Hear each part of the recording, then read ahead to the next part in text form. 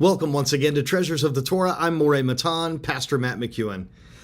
This week we have a Torah portion called Nasso, and I have good news for you, especially if you're a person like me that is a Gentile that is coming in or has come into the house of Israel. There's something very special that I have for you in today's Torah portion. Now, of course, there's always something for those of you that are natural-born branch of the tree of Israel, but today something specific for those of you that are coming in to come under the wing of the divine presence, so to speak. And we're going to read, we are in Sefer Bamidbar in the book of Numbers, and we're going to read chapter 5, verse 6. When a man or woman commits any sin that men commit, to commit a trespass against God. What could be a trespass against God? I mean, listen, if we commit a trespass that affects a horizontal relationship between human being and human being, that's one thing. But to commit a trespass against God, well, that seems very serious, doesn't it? So what does it mean? And is there a specific sin that we're talking about that is a trespass against God? Well, there is. As we see from Sforno, Rabbi Ovadia Sforno, that has a wonderful commentary that you can get. In fact, you can even get a commentary of Sforno in one volume. I have a book of Sforno commentary, and it's beautiful. It's very, very helpful in Torah study. Now, here's what Sforno says. Rashi notes that this trespass against God refers to the sin of robbing a proselyte. So Sforno quotes Rashi and saying that the trespass against God is robbing the person who has come into the house of Israel. In this case, someone who has converted to Judaism. This crime is considered a trespass against God because someone who robs a proselyte, which is someone who has come to seek shelter beneath the wing of Judaism, causes a grave desecration of the name of God and is therefore guilty of a trespass against the Holy One. This is so wonderful, and you get such a wonderful flavor in this particular commentary, in a commentary like this, where you have lots of commentaries in one volume. This is that set that we've been using this whole Torah cycle. If you're new to us, this is called Wellspring of Torah. It's a 2-volume set. I happened to pick it up in Israel, but you can find it online and order it, no doubt. But I love this because in each Torah portion, there are many scholars, commentators, rabbis, sages that we can glean from. So Sforno, quoting Rashi here, says that this trespassing against God is robbing a proselyte. It was never the point to leave out the non-Jews on getting into the house of Israel. It's like that thing that we say sometimes, that fun statement about what color is a Jew? What ethnicity is a Jew?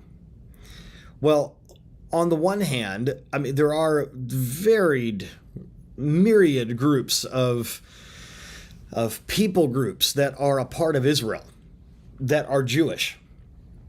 But Judaism is not specifically like an ethnic group. It's a faith and a religion and a nation that someone can opt into. Someone can choose to become a part of.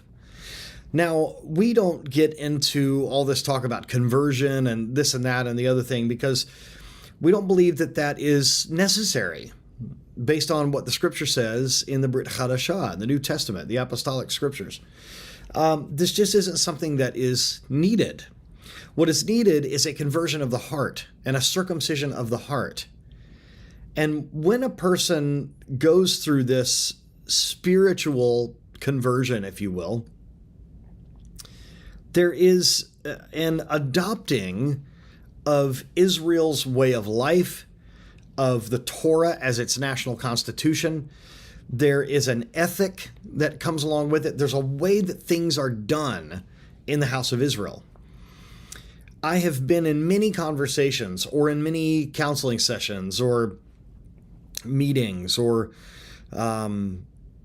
conferences where Rabbi Shapira will address a certain behavior and he'll just say, this is not the way that it is done in the house of Israel. And I love that. I love that there is a certain standard. There's a certain standard that we must adopt when we come in from the outside. We are coming in as guests into the house of Israel. And it would be wrong for us to come in as house guests, and as Rabbi Shapira puts it, to begin to just take all the things off of the walls and put in our own furniture and this and that and the other thing. We need to adapt to the house that is already in existence and not expect the house to adapt to us. We are grafted into Israel and not the other way around.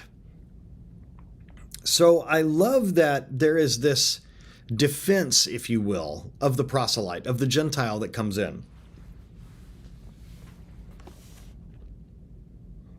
I love that it says here, committing a trespass against God is robbing the proselyte. This idea of Israel hoping, praying even, that someone from the outside comes in. It used to be that Judaism was a faith that sought out souls. It was, forgive the term, for lack of a better term, evangelistic. It has sort of stopped being that way. And largely that is a reaction to the actions of Christianity. And we see throughout history the problems that extreme evangelism combined with violence and forced conversions and this kind of thing. It's a nasty business. But I love that God is defending. He's coming to the defense of one who has sought to, how it is worded here, seek shelter under the wing of Judaism. That's me. That might be you. There are some of us that are in this movement that were born Jewish, born to Jewish families. The majority of us were not. And that's just the way that it's going to be. The population per capita of Jewish people is so small. But thankfully, the population of those who are coming to a more Jewish understanding of their faith, that number is growing. And we're so excited about it. So come on this journey with us and know that you are looked out for. Know that you are valued, and know that you're not a second thought. You're not the leftovers. You're not plan B. You're not an afterthought. You were always a part of God's plan if you're a Gentile. But again, as we come in under the wing, we need to make sure that we are doing things the way that Israel does them, because we are a community and there is a standard. Thank you for joining me this week, and don't commit a trespass against God.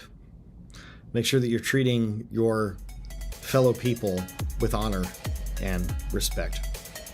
Thank you for joining me. May God's richest blessings be with you. Shabbat Shalom.